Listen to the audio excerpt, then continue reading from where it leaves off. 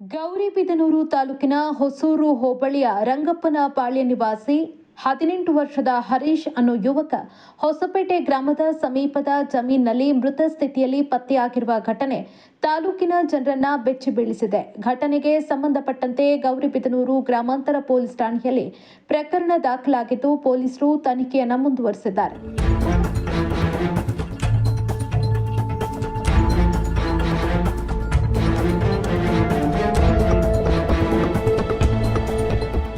ಕುಟುಂಬದವರ ಮಾಹಿತಿ ಪ್ರಕಾರ ಹರೀಶ್ ಕಳೆದ ಸುಮಾರು ವರ್ಷದಿಂದ ಹೊಸಪೇಟೆ ಗ್ರಾಮದ ಯುವತಿಯೊಬ್ಬಳೊಂದಿಗೆ ಪ್ರೀತಿಯ ಸಂಬಂಧ ಹೊಂದಿದ್ದ ಎನ್ನಲಾಗಿದೆ. ಆದರೆ ಇಬ್ಬರು ಅಪ್ರಾಪ್ತ ವಯಸ್ಸಿನವರಾಗಿದ್ದರಿಂದ ಈ ಸಂಬಂಧ ಎರಡೂ ಕುಟುಂಬಗಳ ನಡುವೆ ಭಿನ್ನಾಭಿಪ್ರಾಯಕ್ಕೆ ಕಾರಣವಾಗಿತ್ತು. ಕೆಲ ದಿನಗಳ ಹಿಂದೆ ಈ ವಿಚಾರ ಗೌರಿಬಿದನೂರು ಗ್ರಾಮಾಂತರ ಪೊಲೀಸ್ ಠಾಣೆಯ ಮೆಟ್ಟಿಲೇರಿದ್ದು ಎರಡೂ ಕುಟುಂಬಗಳನ್ನ ಕರೆಯಿಸಿ ಪೊಲೀಸ್ ಅಧಿಕಾರಿಗಳು ಮಾತುಕತೆ ನಡೆಸಿ ರಾಜಿ ಮೂಲಕ ವಿವಾದವನ್ನ ಬಗೆಹರಿಸಿದ್ರು ಅಂತ ತಿಳಿದು ಬಂದಿದೆ.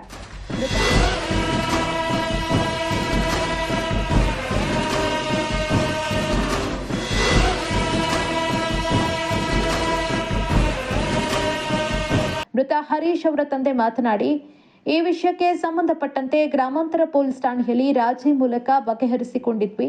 ಠಾಣೆಯಿಂದ ಮನೆಗೆ ಬಂದ ನಂತರ ನನ್ನ ಮಗ ತುಂಬಾ ಮನನೊಂದಿದ್ದ. ಬಳಿಕ ಹೊಸಪೇಟೆ ಗ್ರಾಮದ ಯುವತಿ ಕುಟುಂಬಸ್ಥರಿಗೆ ಸಂಬಂಧಿಸಿತ್ತು ಎನ್ನಲಾದ ಜಮೀನಿನಲ್ಲಿ ಈ ದುರ್ಘಟನೆ ನಡೆದಿದೆ ಅಂತ ಕಣ್ಣೀರಿನೊಂದಿಗೆ ತಮ್ಮ ನೋವನ್ನ ಹಂಚಿಕೊಂಡಿದ್ದಾರೆ. ಈ ಆರೋಪಗಳು ಕುಟುಂಬದವರ ಹೇಳಿಕೆಯಾಗಿದ್ದು ಘಟನೆಯ ನಿಖರ ಕಾರಣವನ್ನ ಪೊಲೀಸರು ತನಿಖೆ ನಡೆಸುತ್ತಿದ್ದಾರೆ. ವರದಿ ನರೇಶ್ ಬಾಬು, ಗೌರಿಬಿದನೂರು.